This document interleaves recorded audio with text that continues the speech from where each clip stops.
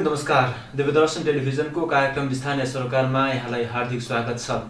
हामीले यस कार्यक्रम मार्फत विभिन्न स्थानीय तहका जनप्रतिनिधिहरूसँग आबद्ध रहेर विकास निर्माण लगायत वर्तमान अवस्थाको बारेमा रहेर कुराकानी गर्दै आएका थियौँ।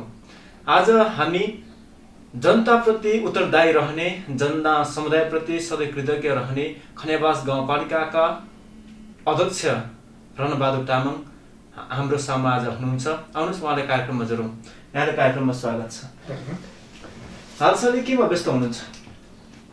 अहिले चाहिँ आजकै कुरा गर्ने हो त अहिले हामी जिल्ला समन्वय समितिमा विद्युत व्यवस्थापनको मिटिङमा थियो। त्यसो छुट्टीको लगत्तै म यहाँ आइपुगेँ हो। हजुर, विशेष त यो अहिले मनसुनी जुन के अरे विपद आउँछ र अहिले विशेष त यो कोभिड-19 कोरोनाको बारेमा हाम्रो मिटिङ थियो। हजुर, अहिले अब दोस्रो लहरको कोरोना भाइरसको महामारी फैलिरहेको अवस्था छ। यहाँको पालिकामा चाहिँ यो सम्बन्धी के कस्ता पहलहरू भइरहेको छ? अहिले फर्स्ट अफ अल हाम्रो सबैभन्दा पहिलो नम्बर टार्गेट भने यो कोभिड नियन्त्रणको लागि परेका छौँ। यसमा हामी जनप्रतिनिधि, स्वास्थ्यकर्मी लगायत सम्पूर्ण कर्मचारी टिम त्यसको व्यवस्थापनको लागि लागिरहेको छौँ। त्यसको लागि तपाईँहरू सबै जनप्रतिनिधि, कर्मचारी लगायत कोभिड-19 को रोकथामको लागि अहिले पहल गरिराख्नु भएको छ। यहाँको पालिकामा कोरोना भाइरस सङ्क्रमित व्यक्तिहरूको अवस्था के कस्तो रहेको छ? अहिलेसम्म सङ्क्रमण दर न्यून छ, घट्दैछ कि बढ्दैछ, के छ यसको अवस्था चाहिँ? अहिलेसम्म चाहिँ बढिरहेको अवस्था भन्दा पनि घटिरहेको अवस्था हो। यो विशेष त टोल वाइज, वडाको टोल वाइज कता कतै चाहिँ एकदमै सङ्क्रमण फैलेर निको भएको अवस्था छ, कतै नयाँ फैलिरहेको छ र खासै अहिलेसम्म अक्सिजन पनि दिनुपर्ने अवस्था चाहिँ हाम्रो छैन। त्यस्तो एकदम जटिल केसहरू अहिलेसम्म त्यस्तो अवस्था भएको छैन। कोरोनाबाट कसैको मृत्यु भएको त्यस्तो के छ? छैन। हजुर, अहिलेसम्ममा गाउँपालिका भित्रमा कोरोना लागेको व्यक्तिहरूको सङ्ख्या चाहिँ के कस्तो रहेको छ? खासमा त यो हामीसँग लगभग 700-800 पिस जति एलिजेन्ट छन्। हजुर, र 100 पिस यो के अरे 100 पिस चाहिँ जुन पिसिआर टेस्टमा हामीसँग छ। हजुर, तर कस्तो भने यो समुदायमा चाहिँ भरे सङ्क्रमित भएको छ र आफू सत्य नै छ कि त्यो ऊ देखेको छैन, सिम्टम देखेको छैन, लक्षण देखेको छैन, तर सामान्य अवस्था छ। सङ्क्रमितहरूको पनि हजुर सङ्क्रमितहरूको सजायमा के हुँदो रहेछ भने भरे समुदायमा चाहिँ छिटो टुटु गर्ला, त्यो घृणा गर्ला भन्ने सोच चाहिँ हुँदो रहेछ। त्यसो कोही चाहिँ डराएर पनि आउँदैन, कोहीको चाहिँ मन त्यसो लगाएर नआउने। तर अहिले तैपनि हामीले टोलमा घुम्ती शिविर राखेर हामीले त्यो के अरे ए हजुर, अहिले कोरोना सङ्क्रमणको अवस्थाहरू, सङ्क्रमितहरूको अवस्थाहरू लगभग सामान्य नै छ भन्नुभयो होइन? अब भावी दिनमा कोही कसैको एकदमै जटिल अवस्था छ भने अक्सिजनै दिनुपर्ने अवस्था भयो भने अक्सिजनहरूको के कस्तो छ? अक्सिजन सिलिन्डरहरू उपलब्ध छ यहाँको पालिकामा? एकदम बिल्कुल। हामीहरूसँग लगभग अहिले 14वटा सिलिन्डर छन्। कोही 6000 लिटरवाला, कोही अब 200-300 लिटर पनि हुँदो रहेछ, सानो ठुलो। र त्यो बाहेकको केही दिनपछि 2-4 दिनपछि हामी अक्सिजन जेनेरेटर प्लान्ट पनि हामी के अरे इस्टाब्लिस गर्दैछौँ। र त्यसकारण अक्सिजनको कमीले गर्दा चाहिँ पालिकामा कोरोना जुन सङ्क्रमित हुनुहुन्छ उहाँहरूको लागि चाहिँ हामी सधैँ तयारी गरिराखेका छौँ। बाहिरबाट आउने मान्छेहरू पनि लगभग अहिले अब विदेश, हाम्रो नेपाली दाजुभाइहरू प्राय बाहिर विदेशमा पलायन हुनुहुन्छ। उहाँहरू पनि गाउँमा अहिलेको अवस्थामा कोही हुन त आउन दिएको छैन होला, तर बावजुद पनि आइराखेको बाहिर कुनै सहरबाट आउने मान्छेहरूलाई आफ्नै होम आइसोलेसनमा बस्ने व्यवस्था छ कि? उहाँहरूलाई कसरी चाहिँ यहाँहरूले सूचनाहरू दिनुभएको छ यस्तो यस्तो बस्नु भनेर? अहिले चाहिँ विभिन्न टोल भनौँ न, साबिकको 3वटा गाविस र अहिलेको जुन 5वटा वडाको जुन महिला स्वयंसेवकहरूको मार्फतबाट र वडा सदस्य, वडा अध्यक्षहरूको मार्फतबाट चाहिँ त्यो सूचना हामीले लिन्छौँ र स्वास्थ्यकर्मीहरूले सूचना दिइरहनुहुन्छ। त्यसअनुसार उहाँलाई होम आइसोलेसन बस्नुहोस् र यता क्वारेन्टाइनमा राख्दाखेरि चाहिँ कस्तो भने मान्छेलाई अर्कै फिलिङ हुँदो रहेछ।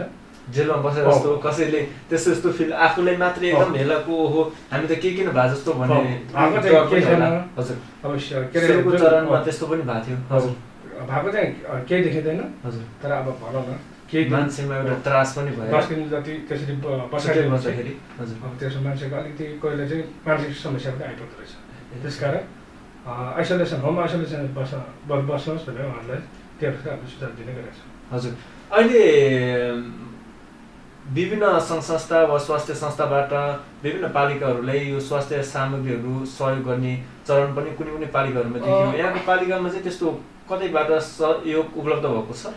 अब हामी त्यो इक्विपमेन्टहरू सामानहरू किन्न नसक्ने पक्षमा छैनौँ। हाम्रो 1 नम्बरको के अरे बजेट विनियोजन या बजेट खुचेको या बजेट विनियोजन चाहिँ उसको लागि हामी स्वास्थ्यलाई प्रायोरिटी राखेका छौँ। हजुर त्यसकारण तैपनि पहिलादेखि सहकार्य गर्दै आएको जुन संस्थाहरू छन् उहाँहरूले हामीले जुन सहयोग गर्नुभएको छ धेरै थोरै इक्विपमेन्टहरू किट्सहरू होइन सेनिटाइजर अब ग्लोभ्स होइन हो त्यो चाहिँ हामीले दिने गरेका छौँ। त्यसमध्येमा अग्र पङ्क्तिमा शान्ति नेपाल भन्ने संस्था केही दिन अगाडि उहाँले के अरे इक्विपमेन्टहरू दिनुभएको थियो। आज अक्सिजन सिलिन्डर लगाए मास्कहरू के दिएर अहिले भर्खर पठाइदिनु भएको छ। र अर्को संस्था एक्सन नेपालले पनि गरेका छन्। उहाँहरूले आफ्नो तर्फबाट जति गर्न सके त्यति गरिरहनु भएको छ एक्सन नेपाल। र अर्को चाहिँ संस्था हेल्प फर इन्टरनेसनल भन्ने चाहिँ 15 लाख रुपियाँ कोभिडको लागि पनि सहयोग गर्नुभएको छ। त्यो चेक आज मैले आज लिन्छु होला, आज या भोलि उहाँले त्यो बोलेर पनि अब सब चेक काटिसकेको छ। र अर्को युएमएनले पनि केही ड्रमहरू केही अब यो बिमारको लागि बिस्तारा के चाहिँ सहयोग गर्नुभएको छ। हजुर अब यो कोरोना सम्बन्धी त हामीले कुराहरू गऱ्यौँ होइन। अब अक्सिजनको अवस्था पनि रह्यो। स्वाब सङ्कलनको कार्यहरू चाहिँ कसरी गरिराख्नु भएको छ? स्वाब सङ्कलन चाहिँ अब जो अहिले चाहिँ हामीले एउटा प्लानिङ के गरेको छ भने जो चाहिँ अस्पतालमा खनियार ग्रामीण अस्पतालमा चाहिँ उपचारको लागि शङ्का लागेर आउनुहुन्छ उहाँलाई के कुनै पनि बिमारीको लागि आउनुहुन्छ त्यति बेला कम्पलसरी के अरे स्वाब सङ्कलन गरेका छौँ। स्वाब अहिले बढीभन्दा बढी चाहिँ एन्टिजेन किटबाट नै हामीले के अरे त्यो टेस्ट गरेका छौँ। कोरोना टेस्ट चाहिँ एन्टिजेनबाट नै गर्नुभएको छ। अहिले अब यो कोरोना रोकथाम सम्बन्धी सम्पूर्ण कर्मचारी लगायत जनप्रतिनिधिहरू आबद्ध भएर लागिराख्नु भएको छ होइन। यो कोरोनालाई चाहिँ कसरी जित्न सकिन्छ भन्ने यहाँलाई विश्वास लागेको छ? यस्तो यस्तो हामीले पहलहरू गऱ्यो भने चाहिँ यो हामीले हराउन सक्छ भन्ने के छ यसको? पहिलो कुरो त अब यो हाम्रो पालिकाको बासिन्दाहरू चाहिँ हजुर उहाँहरूको आत्मबल नै डह्रो छ। जसको आत्मबल डह्रो हुन्छ हजुर त्यसले गर्दा त्यो एउटा यो केही पनि होइन भन्नु पनि भएन, केयरलेस गर्नु पनि भएन। पहिला चाहिँ अब सानोमा पनि छोएर कति अब भयङ्कर भनौँ न अप्ठ्यारो पारेछ भने तर अब जुन स्वास्थ्य सम्बन्धी सरसफाइ जुन कोभिड-19 भन्दा अगाडि पनि हामी चलाउँछ नि कार्यक्रम। अब यो हात धुने अब यो मास्क लगाउने अनि त्यसपछि सरसफाइ विशेष त त्यसमा नै हामीले सरसफाइमा ध्यान दिनुपर्छ र ध्यान पनि दिइरहेको छौँ। र हाम्रो एउटा कार्यक्रम छ खानेपानी तथा सरसफाइ कार्यक्रम भनेर कार्यक्रम राख्छ। यसले पनि जुन अहिलेको हाम्रो सहकार्य गर्ने शान्ति नेपालको जुन हाम्रो एकजना डाक्टर सर हुनुहुन्छ साक्य उहाँ आफै पनि सरसफाइ समितिको पिएचडी होल्डर हुनुहुँदैछ। उहाँले चाहिँ हामीले धेरै सहयोग गर्नुपर्छ। उहाँले सरसफाइ सम्बन्धी विभिन्न अभियानहरू चलाएर गाउँपालिकाको जनताहरूलाई अलिकति सूचनाहरू प्रवाह गर्ने काम गर्नुभएको छ। यस्तो सरसफाइमा ध्यान दिने या जनताहरू आफै सजग भयो भने कोभिडबाट हामी बच्न सक्छौँ भन्न सकिन्छ होइन? एकदम पहिलो कुरो त यो रोग आत्मबल पनि हुनु पर्यो। दोस्रो कुरो त्यस्तो रिक्वायरमेन्ट अनुसार सरसफाइ पनि पूर्ण रूपमा हामीले ध्यान दिनु पऱ्यो र आफ्नो जुन खानपानदेखि लिएर सबै कुरोको चाहिँ अझ दूरी सामाजिक दूरी मेन्टेन होइन। अनि अब कसरी हिँड्ने आफू हेरेर भिडभाडमा कसरी हिँड्ने त्यो सबै नियम पालन गऱ्यो भने चाहिँ यो रोगसँग चाहिँ हामीले जित्न सकिने रहेछ। र एकदम खनियारस गाउँपालिका कस्तो भने भूगोलले पनि हावापानी एकदम स्वच्छ छ। उकालो ओह्रालो हिँड्नुपर्छ त्यसले गर्दा भारी बोकिन्छ होइन। त्यसले गर्दा पनि अब मलाई चाहिँ चान्स हुन चाहिँ अहिलेसम्म हाम्रो गाउँमा त्यस्तो एकदमै खतरनाक भएको चाहिँ देखिँदैन। हजुर यहाँले भन्नुभयो अरू अरू पालिकाहरूमा कोरोना सङ्क्रमितहरूको मृत्यु पनि भइरहेको छ कतै भइरहेको कतै तर खनियाबासमा एकजनाको पनि मृत्यु भएको छैन। यो धेरै भाग्यको कुरा हो होइन। त्यो एकदम हावापानीको कुराले वा वातावरण कुराले या त पालिकाकोबाट सूचना प्रवाहको त्यो आत्मबलले हुनसक्छ। मान्छेहरू एकदम स्वच्छ हुनुहुन्छ। उहाँहरूले केही नहोस् पनि भन्न चाहन्छु। पछि कोरोना सङ्क्रमित भए पनि यो एउटा आत्मबल अलिकति डह्रो बनाएर होइन उहाँहरू आफै सजग भएर आफ्नो सरसफाइमा बढी ध्यान दिएर त्यसलाई जितोस् भन्ने हाम्रो चाहना हो होइन। अब चाहिँ हामी पालिकाको लगभग विकास निर्माण सम्बन्धी प्रवेश गर्छौँ। यो 2077-78 को बजेटको अन्त्यममा यहाँको स्तर उन्नति चाहिँ के भयो विकासको योजनाहरूको बारेमा थोरै? विशेष त अहिले अघि मैले भनिहालेँ, हजुर 77-78 को सबैभन्दा ठुलो उपलब्धिमूलक विकास भनेको चाहिँ हाम्रो यो हामीले ग्रामीण अस्पताल खोल्यो। अस्पताल हजुर कति सयको यो अहिले हामीसँग हामीले राखेको चाहिँ 5 बेड राखेको छौँ। हजुर इमर्जेन्सीमा 2टा अनि बर्थिङ सेन्टर बेडै गर्नु परेन। अनि अर्को उसमा चाहिँ वार्डमा चाहिँ 5 बेड राखेको छौँ। 7 बेडको 7 बेड चाहिँ एउटा ग्रामीण अस्पताल जहाँ चाहिँ ल्याबदेखि लिएर एक्सरे मेसिनदेखि लिएर अब भनौँ अक्सिजन प्लान्टसम्म राख्दैछौँ। अहिले अब खनियावास गाउँपालिकाको जनताहरू पछि अब धेरै नै जटिल केस बाहेक सबै अब गाउँपालिका ग्रामीण अस्पतालमा हुने भयो। स्वास्थ्यमा चाहिँ त्यति ठुलो उपलब्धि भएछ। त्यो मात्रै नभएर हाम्रो आँखाको पनि एउटा युनिट यहाँ आउँदैछ। हजुर हजुर आँखा यो त्रिगङ्गा अस्पताल, त्रिगङ्गा आँखा अस्पतालबाट एउटा युनिट राख्दैछ आँखा सम्बन्धी। हजुर यहाँको यो अहिले अब लगभग यहाँहरूको यहाँ गाउँपालिका अध्यक्ष हुनुभयो भने लगभग 5 वर्ष पुग्न भइसक्यो होइन। अन्तिम वर्षमा पनि हुनुहुन्छ। यहाँले योभन्दा यहाँ गाउँपालिका प्रमुख हुनुभन्दा अगाडिको गाउँपालिकाको अवस्था र अहिलेको अवस्थामा के फरक देख्नुहुन्छ?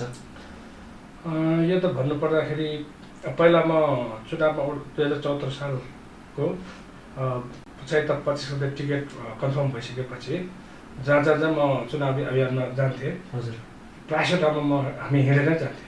र अहिले कुनै पनि ठाउँमा एउटा क्युङ भन्ने ठाउँ बाहेकको अन्त सबै ठाउँमा हामी गाडी लिएर जान सक्छौँ।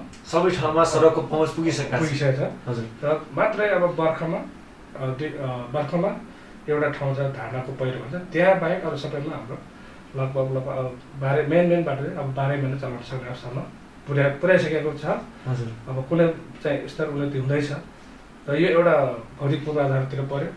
र सबभन्दा ठुलो कुरो चाहिँ मलाई चाहिँ लागेको कुरो शिक्षामा परिवर्तन।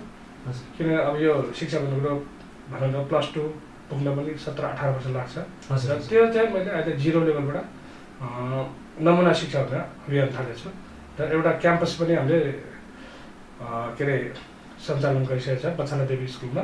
हजुर त्यो चाहिँ यो नीलकण्ठ क्याम्पससँग टाइप गरेर क्याम्पसको साझेदारी त्यहीबाट त्यहाँ सञ्चालन भइरहेको छ। शिक्षामा पनि ठुलै फरक मार्नु भएको रहेछ यहाँले। कुनै पालिकाहरूमा यो प्राविधिक शिक्षा भन्ने एउटा आएको थियो। खनियावास गाउँपालिकामा प्राविधिक शिक्षाको के छ अवस्थाहरू? यो बन्ने उ छ कि के छ? प्राविधिक शिक्षा बढी जोड दिनुपर्छ। यसमा चाहिँ विशेष त मैले कृषि सम्बन्धी जोडिदिएको छु। कृषि अध्ययन केन्द्र भनेर एउटा रामपुर कृषि विश्वविद्यालयले हामीले सम्बन्धन दिने भनेर सहमति जनाएको छन्। तर के भने त्यहाँ उहाँहरूको आन्तरिक कारणले गर्दाखेरि प्राविधिक कारणले हामीले त्यो पाइरहेको छैन शिक्षामा। हजुर यहाँले अब अघि पनि भनिसक्नुभयो होइन सडकको स्तर उन्नति। पहिला अब यहाँहरू सुरुमा चुनावमा उठ्नुभन्दा अगाडि हिँडेर पुग्नुपर्ने ठाउँहरूमा अब क्युङ भन्ने ठाउँ बाहेक सबै ठाउँमा टोलमै पुर्याउनु भयो होला सायदै सडकको संरचनाहरू होइन। खानेपानी पनि एकदम महत्त्वपूर्ण आधारको आवश्यकता पनि पर्छ। गाउँपालिकाभित्रमा खानेपानीको अवस्था चाहिँ के छ? सबै ठाउँमा सबै जनताले खानेपानी सरल रूपमा उपलब्ध गर्न सक्ने अवस्था भएको छ कि के छ खानेपानीको अवस्था? लगभग खनियावास गाउँपालिका वार्ड नम्बर 1 बाहेक 1 मा पनि नपुगेको चाहिँ होइन। तर जुन मैले सोचेको भन्दा अलिकति नपुग्छ 1 नम्बर वडामा, त्यो पनि कुनै टोलमा मात्र। र अरू चाहिँ कुनै अरू चाहिँ सबै वडामा टोलमा 1 घर 1 धाराको अवधारणा अनुसार प्रायः ठाउँमा पुगिसकेको छ। अझै 1 घर 1 धारा त्यो मिटर सिस्टम छ नि, त्यो राख्ने पहलमा छौँ हामी। त्यसले गर्दाखेरि खानेपानीको पनि त्यस्तो समस्या देखेदैन। र मेन कुरो यो सरसफाइ र खानेपानी भन्नु त अब एउटा दुइटै जोडे नि। यसले गर्दा खानेपानी बिनाको सरसफाइ त्यो चल्दैन। त्यसैले यसमा चाहिँ हामीले बढीभन्दा बढी जोड दिन्छौँ। खानेपानी मेन हजुर। मान्छेले खानेपानी नै छैन भने अरू सरसफाइ व्यक्तिगत सरसफाइ गर्नलाई नुहाइ गर्नलाई पनि पानी नै चाहियो। पानी त एकदमै इम्पोर्टेन्ट नै भयो। लगभग गाउँपालिकाभित्रमा खानेपानीको यहाँहरूले पहुँच पुर्याउनु भएको छ। मैले एउटा यो कार्यक्रम जस्तो खुला दिशामुक्त क्षेत्र घोषणा गर्ने बेलामा कति टोलहरू घुमेँ अनि कता कता चाहिँ त्यो टोइलेट बन्द गरेर स्टोर बनाएर राखेको थियो। किन चाहिँ यो युज नगर्नु भयो भने पानी छैन, त्यस कारण पानी बिनाको टोइलेट बनाएर त काम भएन। त्यस कारण मेन कुरो त पानी छैन, जीवनै छैन, पानी नै जीवन हो। त्यस कारण यसलाई पहिलो नम्बरमा जुन अब पूर्वाधार पछि स्वास्थ्य, यो पनि स्वास्थ्यभित्र पऱ्यो, पहिल्यै नम्बर राखेको छ। हजुर हजुर, स्वास्थ्यपछि अब शिक्षाको अवस्थाहरू पनि आयो होइन, त्यसो पूर्वाधार पऱ्यो। यहाँको पालिकामा शिक्षाको अवस्थाहरू हेर्दाखेरि अब सबै ठाउँमा जनताहरूको विद्यार्थीहरू कुनै विद्यार्थीहरू अब शिक्षाबाट वञ्चित हुनु परेको त्यस्तो केसहरू के आएछ गाउँपालिकामा? त्यस्तो चाहिँ अब हामीले पालिकाले नसकेर शिक्षाबाट वञ्चित हुनु परेको चाहिँ छैन। हजुर, तर अब भनेर बोलाउने नआउने चाहिँ रहेछ कि मैले किन हरेक अब यसै पालि मात्रै 77-78को बजेटबाट 8 जनालाई हामीले पूर्ण रूपले स्कलरसिप दिए। छात्रवृत्ति। हजुर, कस्तो स्कलरसिप नै एकजना भाइ रेडियोलोजिस्ट पास हुँदैछ यसपालि टियुबाट, टियु के अरे टिचिङबाट। अनि एकजना भाइ 5.5 वर्षको डाक्टर कोर्स आयुर्वेदिक डाक्टर यो किर्तिपुरमा, उनलाई पनि उपलब्ध। एकजना आइटी इन्जिनियर, त्यसै 3 जना। त्यसपछिको अरू प्राविधिक शिक्षा पढ्ने जस्तो यही माथि एउटा कन्या स्कुल रहेछ, कोही त्यहाँतिर अमिन पढ्ने स्कुल पनि रहेछ।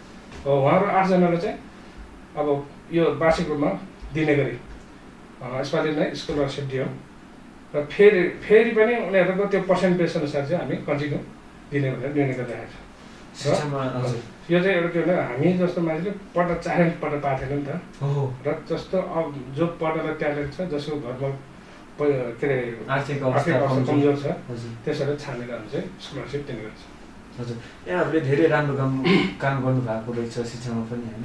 अब हामी विद्युतको कुरा पनि जोडौँ। पहिला मान्छेहरू सोलर या विद्युत, पहिलाको मान्छेहरू त झन् अब टुकीबत्ती बाल्थ्यो होला, त्यसपछि सोलरको आयो। अहिले गाउँपालिकातिर अब सबै ठाउँमा विद्युतको पहुँच पुगेको छ या बत्ती विद्युत सबै ठाउँ पुगिसकेको छ।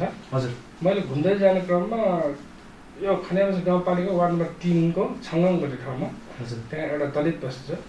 त्यहाँ 7-8 घरमा बत्ती जोड्न प्राविधिक कठिनाइ के भएर छ भने त्यहाँ उनीहरू टोल नमिलेर 7-8 बाहेकको सबै ठाउँमा बत्ती पुगिसकेको छ। सबै ठाउँमा अब त्यही माथि नै खनियाबास गाउँपालिकाले आफ्नो भएको जुन जलस्रोतलाई प्रयोग गरे पनि हामी ग्यास दाउरा कुनै पनि बाल्नै पर्दैन, त्यति साह्रो एडभान्टेज छ कि आफैले उत्पादन गर्नुभएको स्रोतहरू होइन। अब गर्दैछ, अब नेसनल हाइग्रेड हो होइन, त्यो देवीघाटको अनुसार। र अब फेरि हामीले उत्पादन गऱ्यो भने हामीले अन्तबाट बिजुली ल्याउनै पर्दैन, ग्यास बाल्नै पर्दैन। अब चाहिँ आफ्नै पालिकामा भएको स्रोत साधन नै उपयोग गरेर त्यहीबाट इन्धन निकाल्ने योजना रहेको छ। हामी कृषिलाई पनि जोडाउनु होइन, कृषि सम्बन्धी चाहिँ कस्तो योजनाहरू गाउँपालिकाबाट पारित भएको छ त अहिलेसम्म? कृषि चाहिँ जति म आफू भिजेर जति मेरो लगानी परेको छ, जति म जुन बाटोमा छु, हजुर, त्यतिको मैले सोचेको भन्दा राम्रोसँग गर्न सकेको छैन। राम्रोसँग भन्दा जति 100% हुनुपर्नेमा हजुर लगभग 60% भन्दा काम हुन सकेन। किनभने 1.5 वर्ष हामीसँग कृषि प्राविधिक थिएन। किन कृषिको कर्मचारी नभएपछि त्यो कार्यक्रम लन्च गर्न धेरै गाह्रो हो। त्यसले गर्दाखेरि मलाई चाहिँ त्यहाँतिर चाहिँ एकदमै आफूले सोचेको भन्दा त्यो कमै जस्तो लाग्छ। तैपनि त्यसको बेस चाहिँ बसालिसकेको छ यसपालि। अब अहिले त हामीसँग कर्मचारी छन् र अहिले हाम्रो कृषि र पशुको कारण चाहिँ हेफर इन्टरनेसनलसँग मिलेर हामी त्यसलाई अगाडि बढाउँछ। कृषिमा कृषि र हजुर, अब कृषि सम्बन्धी त यहाँले अब अलिकति त्यो कर्मचारीको अभावको कारणले अलिक पछि पऱ्यो भन्नुभयो होइन। सबै प्रायः नेपाली जनताहरू कृषिमा नै आबद्ध रहेको छ। कृषिलाई अब अलिकति सिँचाइको व्यवस्था पनि चाहिन्छ। खनियाबास गाउँपालिकामा चाहिँ यहाँले के सम्भावना देख्नु भएको छ कृषिमा? यो चाहिँ खेतीपाती गर्न पायो भने यहाँ त अब सबै ठाउँमा घुम्नु भएको पनि होला होइन, यो ठाउँमा यस्तो कार्यहरू हामीले कृषिमा गर्न सक्यो भने जनतालाई पछि जीवनस्तर उकास्नको लागि सहज हुने थियो भन्ने केही छ? अवश्य हुने। त्यसमा अब हामी 600 मिटरदेखि लिएर 4050 मिटरसम्मको भूगोलमा बस्छौँ हामी। हजुर, त्यसकारण हाम्रो जस्तो कुन हाइटमा कुन खेती हुन्छ भनौँ न, त्यो मैले पनि अलिअलि पहिल्यैदेखि त्यही काममा अलिक बढी नै चासो दिएर सिकेँ हुनाले म आफूले केही गरेर थाहा छ। तर अहिले कृषि प्राविधिक र अर्को जुन टिम छ, टिम पनि भइसकेको अवस्था छ र एउटा नागरिक आरोग्य केन्द्र भनेर जिल्ला आयुर्वेद अस्पतालबाट हामीले एउटा युनिट पनि दिएको छ फेरि त्यसलाई उहाँले पनि अब यो के अरे उस सम्बन्धी जडीबुटी सम्बन्धी एउटा उयो राख्दैछ राख्न त राखिसक्यो जडीबुटी चाहिँ अब त्यहाँ फिल्डमै काम गर्ने कुन जडीबुटीहरू कसरी लगाएर जनताले चाहिँ त्यसबाट आफ्नो आम्दानीको स्रोत बनाउन सकिन्छ त्यसको लागि नै हामीले एउटा योजना बनाइसकेका छौँ त्यसलाई कार्यान्वयन पनि होस् कार्यान्वयन अब यही आर्थिक वर्षबाट सुरु हुन्छ यही आर्थिक वर्षबाट हजुर सुरु गर्नुहुन्छ होइन ठिक छ यहाँले अब कृषि सम्बन्धी पनि भयो अहिले अब प्रायः यो कोरोनाको बेलामा अलिकति अब जनताहरू पनि अलिकति बेरोजगारी युवाहरू प्रायः अब कुनै गाउँबाट आफ्नै गाउँबाट टाढा नगएको अवस्था पनि छ युवाहरूको जमात पनि बढ्दो नै होला अहिले गाउँमा अवस्था होइन उहाँहरूले चाहिँ अहिले यतिकै फ्री टाइममा अब कुनै पालिकाहरूले त्यस्तो पहल पनि गर्नुभयो भन्ने एउटा खबर पनि पाएको छ होइन प्रधानमन्त्री स्वरोजगार कार्यक्रम या कुनै योजनाहरूमा यस्तो भनेर त्यो युवाहरूलाई अग्रसर गराउने कुनै योजनाहरू ल्याउनु भएको छ यहाँको पालिकामा प्रधानमन्त्री स्वरोजगार चाहिँ हाम्रो लागू भइसकेको अवस्था हो त्यसले पनि केही युवाले रोजगार दिएछन् र जस्तो गाउँ विशेष त गाउँको गोरेटो पाटोहरूमा बढी प्रयोग गर्ने गरेछ उहाँहरूलाई पालिकाको पनि आफ्नै उद्यमशीलता कार्यक्रम छ हाम्रो लगभग 75 लाख रुपियाँ त्यसको लागि छुट्याएर तर यो इम्प्लिमेन्ट हुन सकेको छैन किन यो कोभिडले गर्दाखेरि अस्ति कार्तिक मङ्सिरबाट हुनुपर्ने थियो त्यति बेला 2 महिना हामीले स्टप गरिदियो कोभिडले गर्दाखेरि होइन फेरि अहिले पनि अब 2 महिना भयो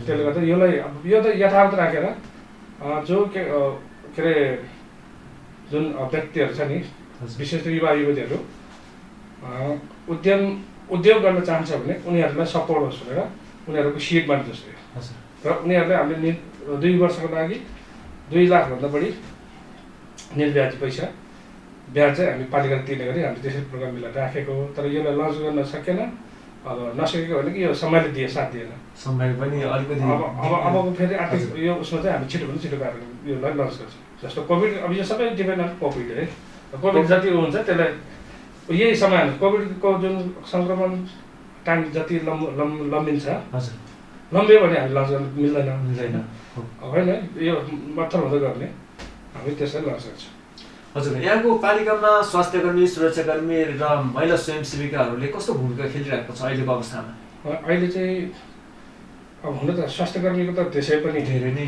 अब योगदान छ हामीसँग 2 जना एमबिबिएस डाक्टरहरू हुनुहुन्छ अब रेडियोलोजिस्ट अब त्यसै पनि हुने भयो अनि अब ल्याब टेक्निसियन पनि छन् र उहाँहरूको भूमिका चाहिँ अब अहिलेको चाहिँ एकदम अतुलनीय भनौँ न एकदमै उहाँले राम्रो भूमिका निभाएर त यो सम्भव आइपुगेको छ उहाँहरूको फेरि एकजना पोजिटिभ देखेको अरू सबै ठिक छ सबै एकदम राम्रो सामान्य रहेको छ स्वास्थ्य अवस्था सामान्य छ र अब यो जनप्रतिनिधि त त्यसै पनि फेर्नु परेको सबभन्दा फेसमा हिँड्नु त स्वास्थ्यकर्मी त्यसपछि सुरक्षाकर्मी त्यसपछि जनप्रतिनिधि हो लगभग हामी कार्यक्रमको अन्त्यमा पनि आइसक्यौँ होइन कार्यक्रमको अन्त्यमा चाहिँ यहाँले अब भावी पहिला योजना बनाउनु भएको 5 वर्षीय कार्यकालमा आफूले यो गर्छु भन्ने योजनाहरू के चाहिँ सम्पन्न भयो के यो चाहिँ गर्न बाँकी छ भन्ने केही छ मास्टर प्लानमा परेको मध्येमा जति बेला मैले चुनावी घोषणा लेखेको थिएँ र जुन चाहिँ प्लान पनि हामी बनाइसकेको छौँ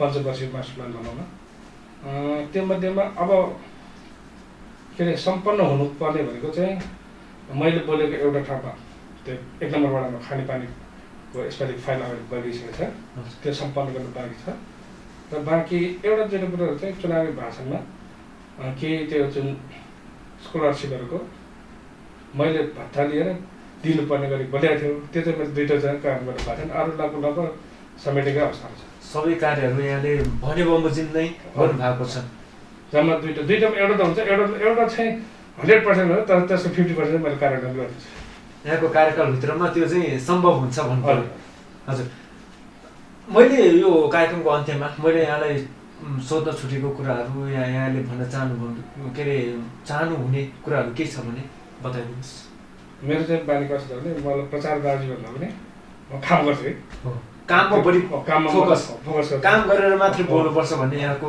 एउटा विचार अत्यन्त राम्रो पनि छ होइन लगभग हामी कार्यक्रमको अन्त्यमा यहाँलाई यो टेलिभिजन हेरेर यो कार्यक्रम हेरेर बस्नु भएको आफ्नो जनताहरूप्रति वा दर्शकहरूप्रति के भन्न चाहनुहुन्छ अहिलेको अवस्थामा कसरी बस्ने यहाँबाट के सुझाव यहाँहरू सबैलाई दर्शक भनौँ कि श्रोता भनौँ कि आफ्नो अब पालिका भनौँ पालिकाको बासिन्दाहरूलाई चाहिँ यो महामारीबाट कसरी बच्ने भन्ने उपाय त लगभग सबैले पोहोरदेखि अहिलेसम्म थाहा पाइसक्नु भएको छ। र अब पनि हामी यो अवस्थामा जहिले यसरी अलिकति बढी भन्न लाभ परेसँग नहेरिकन एकदमै होसियारसँग टेक केयर भएर हिँड्नुपर्छ, हिँड्नुहोला। र अब पनि फेरि पनि यस्तो महामारी नआउला भन्न सकिँदैन। यसको लागि खनियाबास गाउँपालिका सधैँ तयार भएर बसिरहेको छ। यसमा चाहिँ ढुक्क हुनला भन्दै सबैलाई धन्यवाद, नमस्कार। हुन्छ, यहाँको अमूल्य समय हामीलाई प्रदान गर्नुभएकोमा यहाँलाई धेरै धेरै धन्यवाद भन्दै हामी अघि पछि अर्को कार्यक्रममा अर्को कुनै स्थानीय पालिकाको जनप्रतिनिधिसँग कुराकानी गर्नेछौँ भन्ने प्रतिबद्धता व्यक्त गर्दै आजको कार्यक्रमबाट म लगायत क्यामेरामा अनिल आचार्य पनि बिदा हुन्छौँ। नमस्कार।